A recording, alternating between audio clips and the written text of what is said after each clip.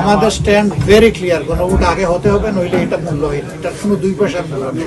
আমরা সরকারকে বলেছি শুধু ভোটার বানালে হবে না, তাদের ভোট আদায়ও নিশ্চিত করতে হবে। যে আপনারা যারে ভালো মনে করেন, আপনি আপনার চয়েসের পার্টি ম্যানকে ভোট দিবেন, কিন্তু আমাদের অনুরোধ আপনাদের প্রতি অবশ্যই ভোট দিবেন। আপনার এই মূল্যবান ভেটো পাওয়ারটা আপনি নষ্ট করবেন না, এটা আপনি জাতির জন্য উপহার দিবেন। শুধু আপনি না, আপনি মানে হচ্ছে আপনারা জাতির বিবেক, জাতির প্রতিদিনই আয়না। আপনাদের মাধ্যমেই আমরা আমাদের সমাজকে এই মেসেজটা দিলাম, আপনারা আমাদের এই মেসেজটা পৌঁছে দিবেন। তারপরে ইনশাল্লাহ দোয়া করেন এমন একটা গোষ্ঠী বা দল যেন সামনে আসে যারা দেশ সেবা করবে, যারা নিজের সেবাটা ভুলে গিয়ে পেরেশান হয়ে মানুষের সেবায় লিপ্ত হবে।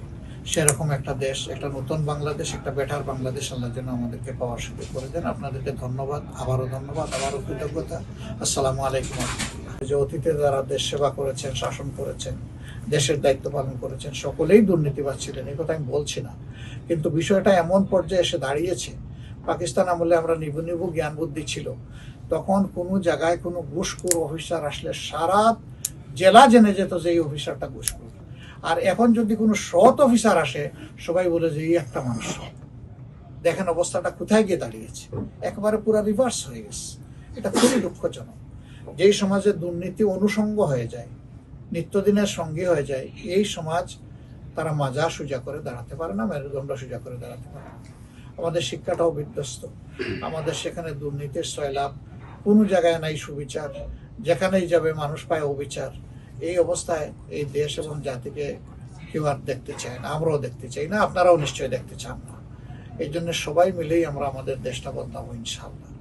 এই ক্ষেত্রে আপনারা এমন একটা জায়গায় দুনিয়ার আছেন যেখান থেকে কথা বললে সারা দুনিয়ায় ইকো হয়, প্রতিধ্বনি হয়।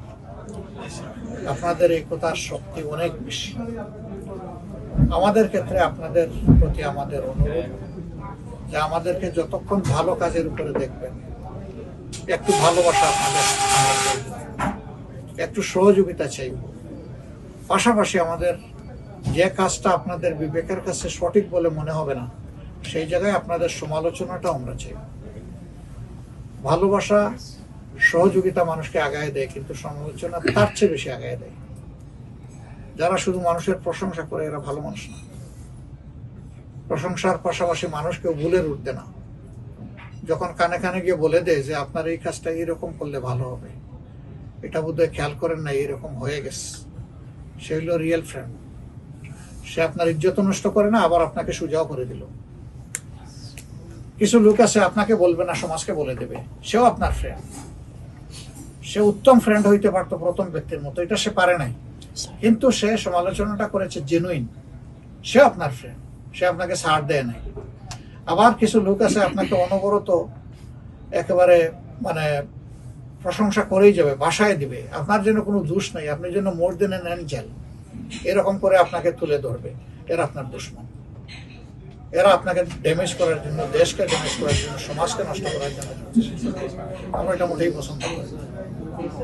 আপনারা এখানে আসছেন কষ্ট করে আজকের এই সকালে, আমাদের সার্টেন ভিশন আছে, প্রায়োরিটি আছে, আপনারা এগুলা মিডিয়ার মাধ্যমে জানতে পারছেন, দেখতে পাচ্ছেন।